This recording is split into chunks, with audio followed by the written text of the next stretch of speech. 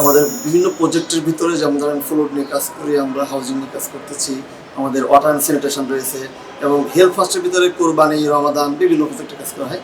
আর হেলথের ভিতরে আমরা সাধারণত চোখের উপরে কাজ করি, বিশেষ করে যাদেরকে চোখে মূলত ছানি পড়ে, এই ছানি কারণে অনেকে অন্ধত্বের শিকার হয়ে যায়। আমরা প্রত্যন্ত অঞ্চলে বিভিন্ন সময় ক্যাম্প পরিচালিত করে ওই ক্যাম্পে থেকে রোগী বাছাই করে আমরা এই ঢাকায় glaucoma research, Mustafiz glaucoma research I সেন্টারে এখানে নিয়ে আসি এবং চেষ্টা করি প্রতি বছরে যাতে এখানে তাদেরকে অপারেশন করানো যায়। আর এদের অপারেশনটা মূলত সম্পূর্ণ ফ্রি অফ কস্টে করা হয়। রোগীদের এখানে যাচাই বাছাই শুরু থেকে তার এখানে অপারেশন, তাদের প্রাথমিক যে চিকিৎসা, চশমা এবং থাকা খাওয়া এভরিথিং সব কিছু ফ্রি দিতে হয়। এমনকি আমরা কিছু কিছু দরিদ্র রোগী আছে যাদেরকে হয়তো তাদের যানবাহনেরও যে কষ্টটা সেটাও আমরা প্রোভাইড করে থাকি। প্রথম যেটা বললাম যে আমরা কিন্তু ক্যাম্পের মাধ্যমে ওভারঅল সবাই যারা চোখের সেবা নিতে চায় তাদেরকে আহ্বান করা হয়।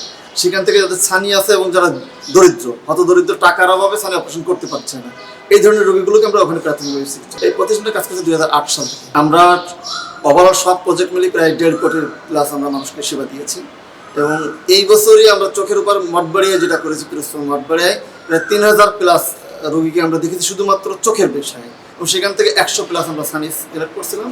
আজকে প্রাথমিকভাবে এখানে 26 জন আসছিল, 2 জন তাদের ডায়াবেটিসের কারণে তারা অপারেশন করতে পারে না, বাকি 24 জনের অপারেশন করেছি। আগামীকাল তাদের চেক আপ শেষে আমরা তাদেরকে আবার জায়গায় ফেরত দেবো।